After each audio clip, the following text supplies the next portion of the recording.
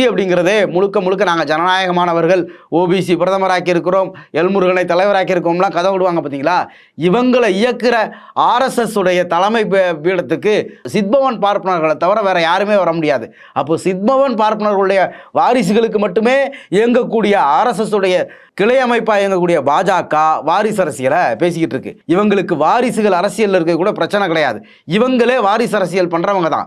ஒட்டுமொத்தமாக பார்த்தா 2000 வருஷமா வர்ணாசிரம தர்மத்தை தூக்கி பிடிக்கக்கூடிய பாஜக, இந்த வர்ணாசிரம தர்மம் அப்படிங்கிறதே பிறப்பின் அடிப்படையிலேயே எல்லாத்தையும் கொடுக்கணும், பிறப்பின் அடிப்படையிலேயே வேலை வாய்ப்பு, பிறப்பின் அடிப்படையிலேயே கல்வி, பிறப்பின் அடிப்படையிலேயே பதவிகள், பிறப்பின் அடிப்படையில் தான் மன்னர் பதவி கொடுக்கணும் அப்படிங்கிறதெல்லாம் நிலைநிறுத்தக்கூடிய இந்த வர்ணாசிரமங்கிற வாரிசு அரசியலை உண்மையான வாரிசு அரசியலா பார்ப்பனர்களுடைய வாரிசுகள், மேல்ஜாதிக்காரர்களுடைய வாரிசுகளுக்கே எல்லா வளங்களும் கொடுக்கப்படணும் அப்படிங்கிற அரசியலை முன்வைக்கிற பாஜக ஆர்எஸ்எஸ் இங்க வாரிசு அரசியல் அப்படின்னு பேசிக்கிட்டு இருக்கு.